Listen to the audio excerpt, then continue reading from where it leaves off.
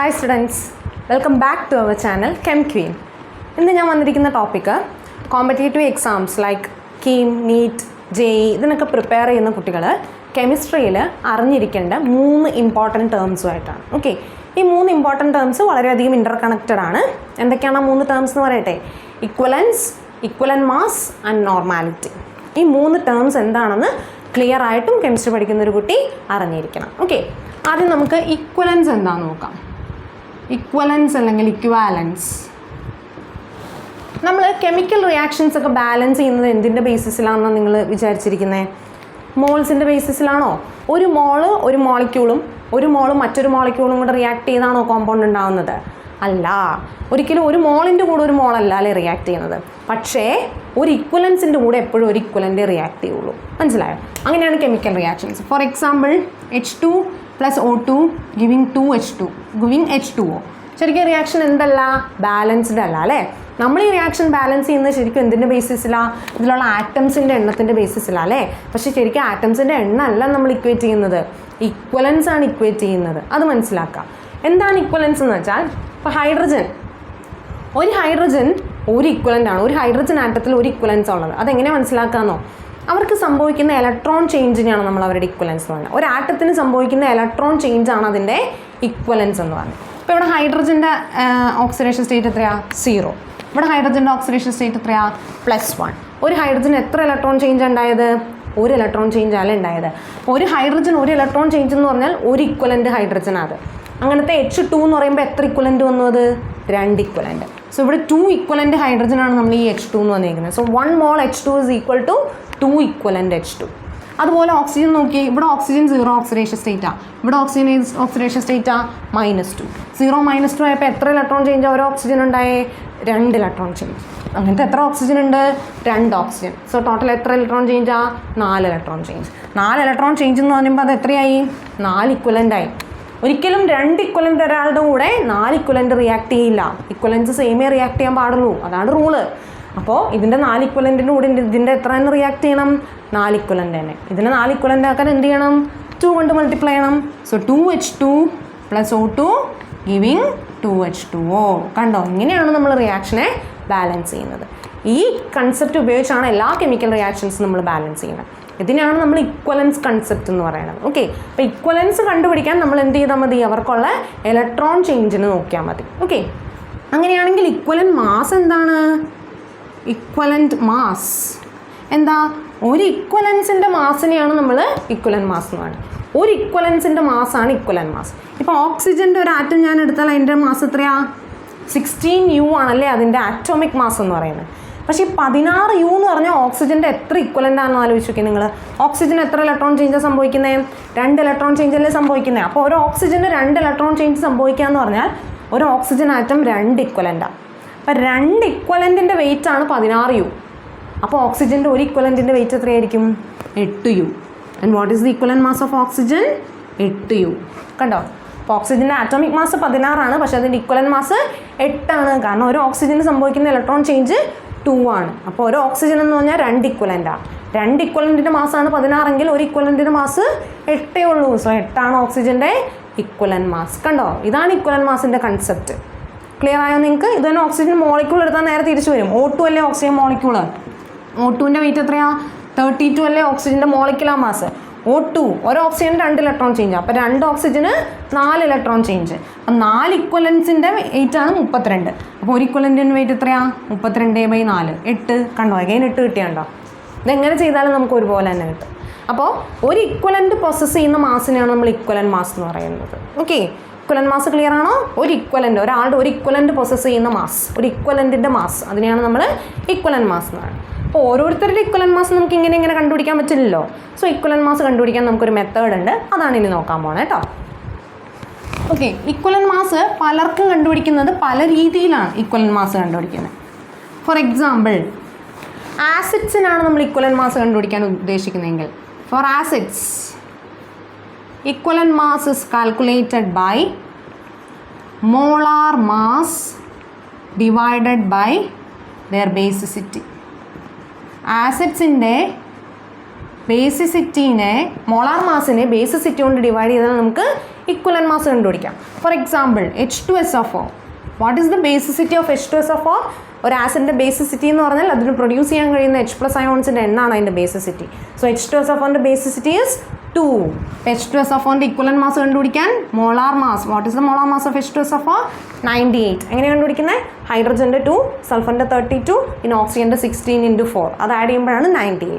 So 98 by ആസിഡിൻ്റെ basicity 2. So 49 grams.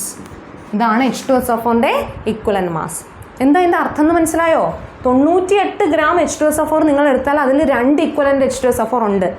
അങ്ങനെയാണെങ്കിൽ ഒരു H2SO4, ഒരു ഇക്വലൻ്റ് H2SO4ൻ്റെ മാസ് 98ൻ്റെ പകുതി 49 gram. അപ്പോൾ നിങ്ങൾക്ക് ഒരു ഇക്വലൻ്റ് H2SO4 കിട്ടണമെങ്കിൽ നിങ്ങൾ 49 gram എടുത്താൽ മതി.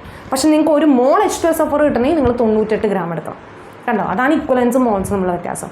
ഒരു mole H2SO4 is equal to 2 equivalent H2SO4. Clear ആവുന്നുണ്ടോ ഞാൻ പറയുന്നത്? ഓക്കെ, അപ്പോൾ 49 gram ആണ് H2SO4ൻ്റെ ഇക്വലൻ്റ് മാസ്. ഇനി HCl കണ്ടുപിടിക്കാൻ പറഞ്ഞാലോ? HClൻ്റെ മോളാർ മാസ് 36.5 ഡിവൈഡഡ് ബൈ HClൻ്റെ ബേസിറ്റി എത്രയാ? 1 തന്നെയാണ്. കാരണം ഒരു HCl ഒരു H+ അയോൺ അല്ലേ ഉള്ളൂ. So by 1 that is 36.5 gram. അതായത് HClൻ്റെ കേസിൽ ഇക്വലൻ്റ് മാസും മോളാർ മാസും സെയിം ആണ്. ക്ലിയർ അല്ലേ?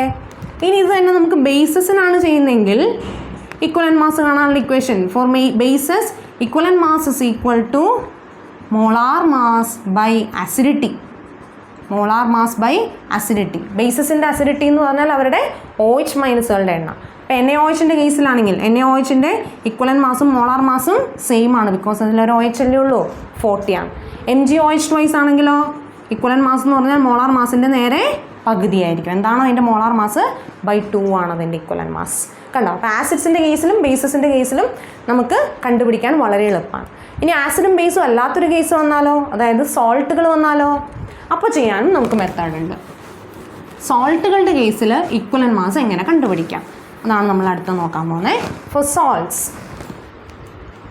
സോൾട്ട്സിൻ്റെ കേസിൽ equivalent mass is equal to molar mass by electron change.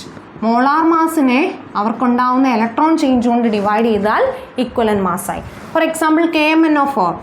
KMnO4 is equivalent to MnO4 minus manganate ion, permanganate ion. Potassium permanganate അല്ലെങ്കിൽ permanganate ion acidic മീഡിയത്തിലാണെങ്കിൽ Mn2+ ആയിട്ടാണ് മാറുന്നത്. ഓക്കെ, ദെൻ നമ്മളോട് ചോദിക്കും what is the equivalent mass of MnO4 minus in acidic medium. എങ്ങനെ equivalent mass കണ്ടുപിടിക്കുന്നത്? Equivalent mass is equal to MnO4 മൈനസിൻ്റെ molar മാസിനെ എന്തുകൊണ്ട് ഡിവൈഡ് ചെയ്യണം? Electron change.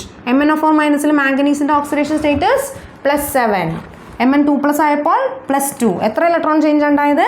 5 electron change. So M/5. ഇനി അടുത്ത മീഡിയത്തിൽ MnO4 മൈനസ് MnO2 ആയിട്ടാണ് മാറുന്നത്. MnO2 എന്ന് പറഞ്ഞാൽ മാംഗനീസ് ഇവിടെ +4 oxidation സ്റ്റേറ്റിലാണ്.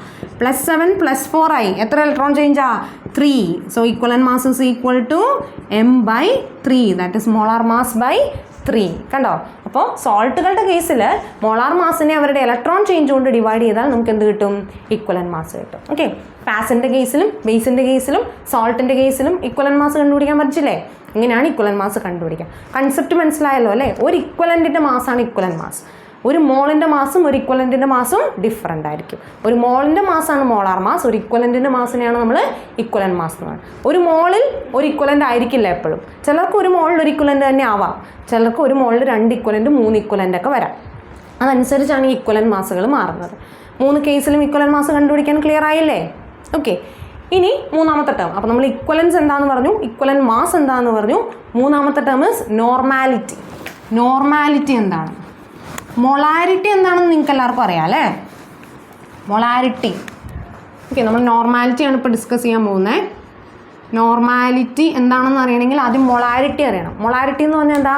It is the number of moles of solute per unit weight of solvent. Unit weight സോൾവെൻറ്റിൽ എന്തുമാത്രം number of moles of solute ഉണ്ട് അതിനെയാണ് നമ്മൾ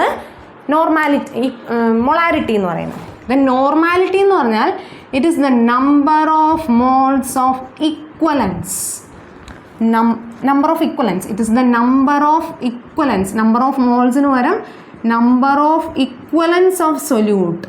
number of equivalents of solute divided by weight of solvent in kilogram. ഇത് molarity ആണെങ്കിൽ നമ്മൾ എങ്ങനെ എഴുതാം? Number of moles of solute. Number of മോൾസിന് വരെ എന്ത് ഉപയോഗിച്ചാൽ മതി? നമ്പർ ഓഫ് ഇക്വലൻസ് ഉപയോഗിച്ചാൽ മതി. ഇനി നമ്പർ ഓഫ് ഇക്വലൻസ് എങ്ങനെയാണ് കണ്ടുപിടിക്കുന്നത്? നമ്പർ ഓഫ് മോൾസ് എങ്ങനെ കണ്ടുപിടിക്കാറ്? Given mass by molar mass. അപ്പം നമ്പർ ഓഫ് ഇക്വലൻസ് കാണാൻ എന്ത് ചെയ്താൽ മതി? Given mass by equivalent mass. Given mass by equivalent mass. രണ്ട് തമ്മിലുള്ള വ്യത്യാസം മനസ്സിലായോ? Given mass by molar mass ചെയ്താൽ നമുക്ക് എന്ത് കിട്ടും? നമ്പർ ഓഫ് മോൾസ് കിട്ടും. ഗിവൺ മാസിനെ ഇക്വലൻ മാസ് കൊണ്ട് ഡിവൈഡ് ചെയ്താൽ നമുക്ക് എന്ത് കിട്ടും? നമ്പർ ഓഫ് ഇക്വലൻസ് കിട്ടും. മനസ്സിലായോ? ഇക്വലൻ മാസ് എങ്ങനെ കണ്ടുപിടിക്കുന്നത് നമ്മൾ ഓൾറെഡി പറഞ്ഞതല്ലേ. അപ്പോൾ ആ ഇക്വലൻ മാസ് നമുക്ക് അറിയാമെങ്കിൽ ഗിവൺ മാസിനെ ഇക്വലൻ മാസ് കൊണ്ട് ഡിവൈഡ് ചെയ്താൽ നമ്പർ ഓഫ് ഇക്വലൻസ് കിട്ടും. അപ്പോൾ 16 ഗ്രാം ഓക്സിജൻ എത്ര ഇക്വലൻ്റ് ആണെന്ന് ചോദിച്ചാൽ എങ്ങനെ കണ്ടുപിടിക്കും? 16 ബൈ ഓക്സിജൻ്റെ ഇക്വലൻ്റ് വെയിറ്റ് എത്രയാ? 8. 16 ബൈ 8 2. അപ്പോൾ 16 ഗ്രാം ഓക്സിജനിൽ എത്ര ഇക്വലൻ്റ് ഉണ്ടെന്ന് അർത്ഥം? 2 ഇക്വലൻ്റ് ഉണ്ടെന്ന്. 98 ഗ്രാം H2SO4 എത്ര ഇക്വലൻ്റ് ആണെന്ന് ചോദിച്ചാൽ 98 ബൈ H2SO4ൻ്റെ ഇക്വലൻ്റ് മാസ് എത്രയാ? 49. 98 ബൈ 49 എത്രയാ? 2. സോ 98 ഗ്രാം H2SO4 എന്ന് പറഞ്ഞാൽ 2 ഇക്വലൻ്റാ. കണ്ടോ? അപ്പോൾ നമ്പർ ഓഫ് ഇക്വലൻസ് കാണാൻ ഗിവൺ മാസിനെ ഇക്വലൻ മാസ് കൊണ്ട് ഡിവൈഡ് ചെയ്താൽ മതി. അപ്പോൾ നമുക്ക് നോർമാലിറ്റിയുടെ ഇക്വേഷൻ എങ്ങനെ എഴുതാം? Given mass of solute WB by MB ആണ് നമ്മൾ എടുക്കുന്നതെങ്കിൽ അത് മൊളാരിറ്റി ആയിപ്പോൾ. MBക്ക് പകരം EB equivalent masses EB into weight of solvent WA weight ഗ്രാമിലാണെങ്കിൽ ഇൻറ്റു 1000.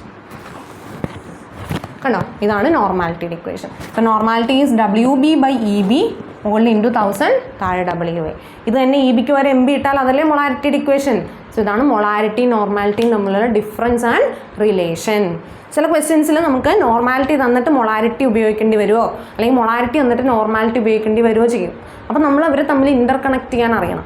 അതൊക്കെ അറിയണമെങ്കിൽ ഈ കൺസെപ്റ്റുകൾ എന്താണെന്ന് ക്ലിയർ ആയിട്ട് അറിഞ്ഞേ പറ്റും. ഇത്ര മോളാർ സൊല്യൂഷൻ എന്നിട്ട് അതിൻ്റെ നോർമാലിറ്റി കണ്ടുപിടിക്കാനോ അല്ലെങ്കിൽ ഇക്വേഷനിൽ നോർമാലിറ്റി ഉപയോഗിക്കേണ്ടി വരികയൊക്കെ ചെയ്യും.